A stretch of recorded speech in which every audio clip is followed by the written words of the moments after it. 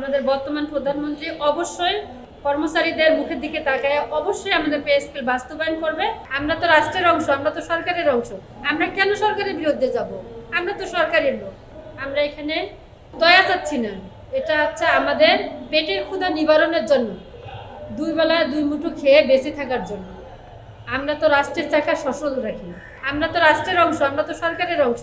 আমরা কেন সরকারের বিরুদ্ধে যাব? আমরা তো সরকারের লোক। আমাদের পেটে যদি ক্ষুধা থাকে তাহলে আমরা কিভাবে কাজ করব ভাই বলেন? সম্ভব? সম্ভব না।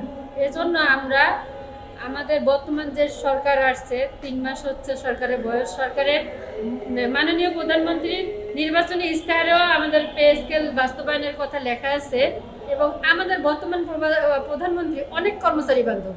এটা আমার বিশ্বাস, আমাদের বর্তমান প্রধানমন্ত্রী অবশ্যই আমাদের মতো কর্মচারীদের মুখের দিকে তাকায় অবশ্যই আমাদের পে স্কেল বাস্তবায়ন করবে এবং সেটা 11ই জুন যেন আমাদের বাজেটে এটা রাখে, তার আগে যেন আমাদের প্রজ্ঞাপনটা জারি করে। এটা নিয়ে আমরা আমাদের সরকারের কাছে জোর দাবি জানাচ্ছি এবং আজকে আমরা এই মনোমিছিল এবং একটা আমরা সমাবেশের আয়োজন করছি।